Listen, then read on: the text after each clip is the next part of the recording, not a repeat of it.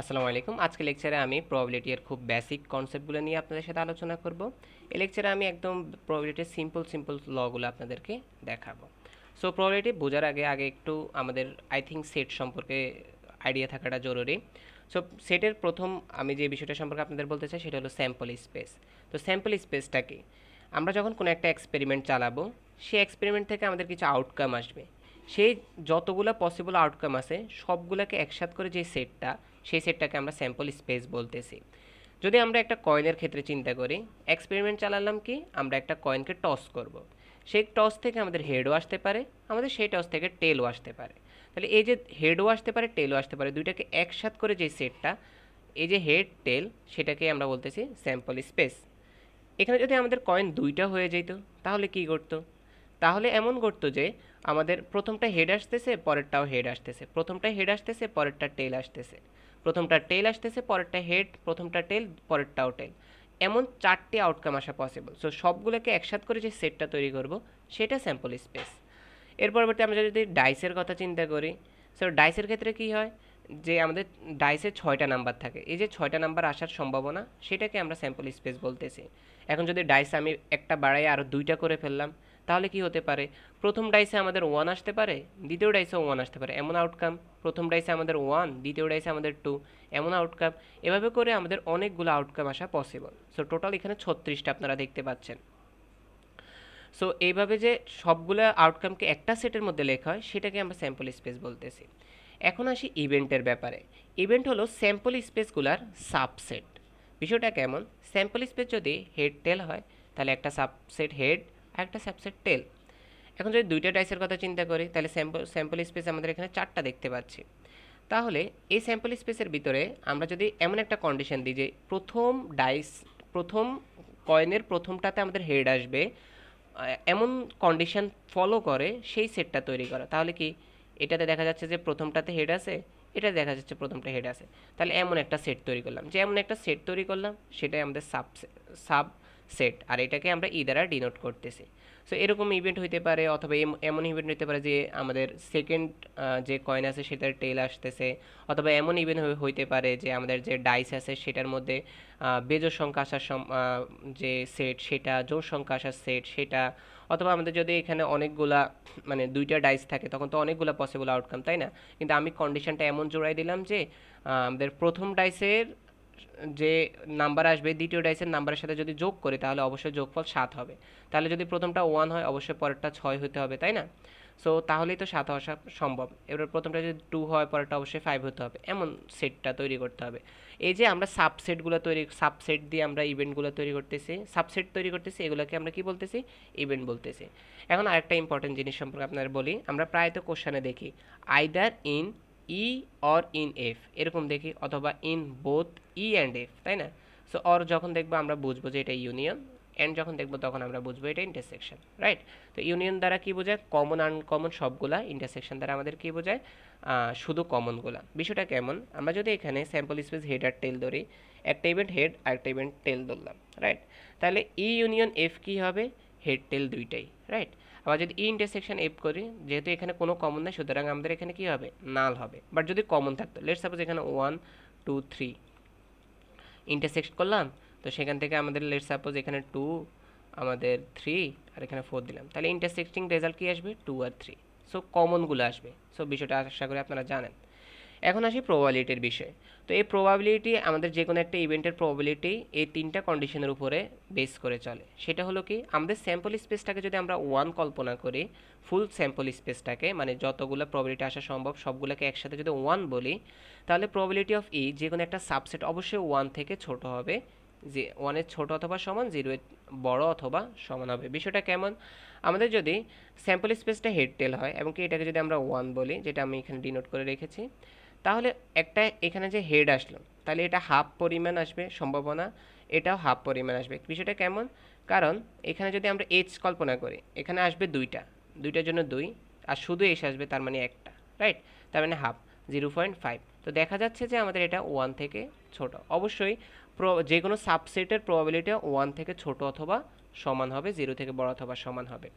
এখন আসি কমপ্লিমেন্টের ব্যাপারে। এখানে আমরা যদি ই যদি এইচ হয়, মানে ই হলে একটা ইভেন্ট যদি এমন হয় যে আমরা হেড পাইছি, আর যদি তার কমপ্লিমেন্ট বের করি তার মানে তার উল্টাটা, তার মানে কি তার টেল আসার সম্ভাবনাটা, রাইট?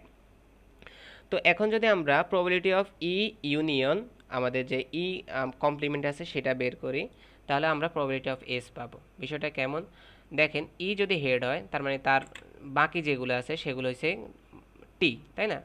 এখানকার ক্ষেত্রে একটা একটা আছে বা অন্যান্যগুলোর ক্ষেত্রে আরও বেশি হতে পারে। সো আমরা যদি দুইটাকে ইউনিয়ন করে ফেলি তার মানে কি আমরা হেড টেল পুরোটাই পাচ্ছি, তার মানে প্রবাবিলিটি অফ এস পেয়ে যাব। এখন আসি যোগের ব্যাপারে, probability of E plus probability of E complement, তাহলে তাদের যোগফল অবশ্যই কী হবে, 1 হবে, বা প্রবাবিলিটি অফ এস আমরা পেয়ে যাব, রাইট? কেন, আমরা যদি চিন্তা করি যে এটা যদি এইচ আসার সম্ভাবনা 1/2 প্লাস আমাদের টেল আসার সম্ভাবনা কত, 1/2, রাইট? তাহলে আমাদের যদি দুইটাকে যোগ করি অবশ্যই দুইটার যোগফল কত হবে, 1 হবে। তো বিষয়টা এভাবে কাজ করে।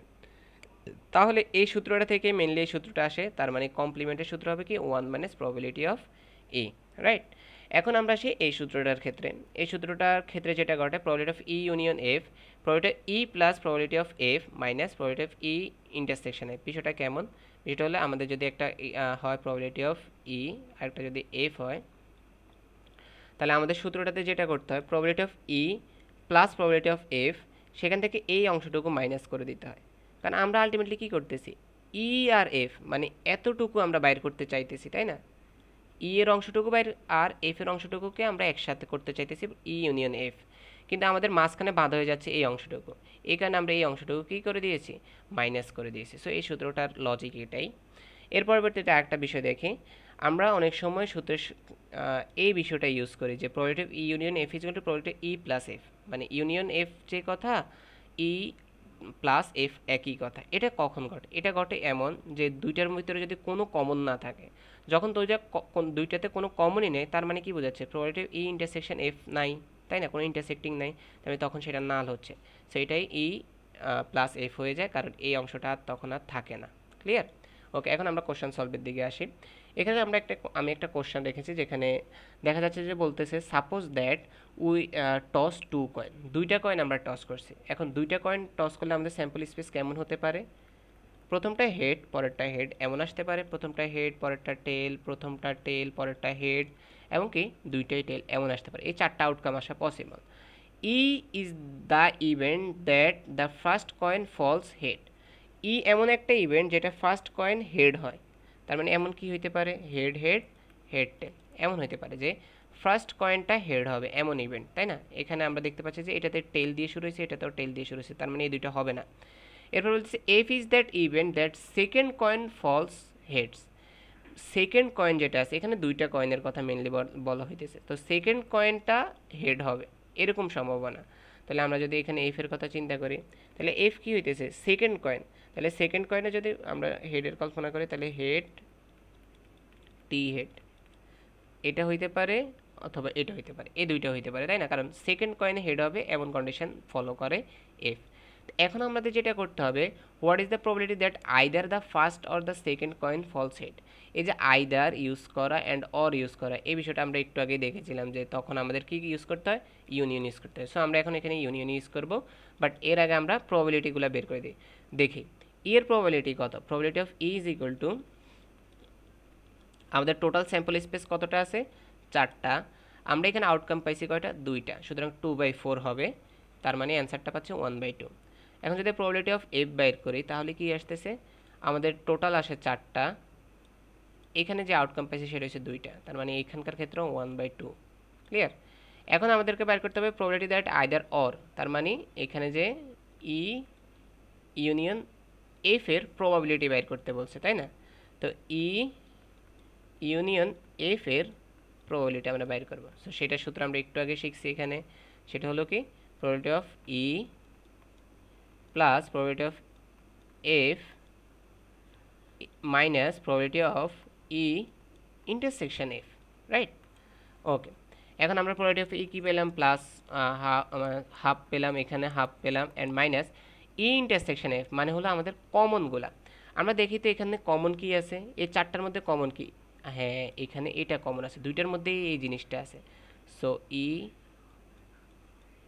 ইন্টারসেকশন এফ সেটা কি হবে আমাদের হেডটা, এটা হচ্ছে ইন্টারসেকশন এফ। এখন যদি এটার প্রবাবিলিটি বাইর করি, probability of E intersection F, এটার প্রবাবিলিটি কি হবে, আমাদের টোটাল স্যাম্পল স্পেস হচ্ছে 4টা, তার মধ্যে একটা পাইছি আমরা এখানে, তাই না? তার মানে 1/4, তার মানে আমরা এখানে 1/4 লিখে দিই, সরি 1/4 লিখে দিব।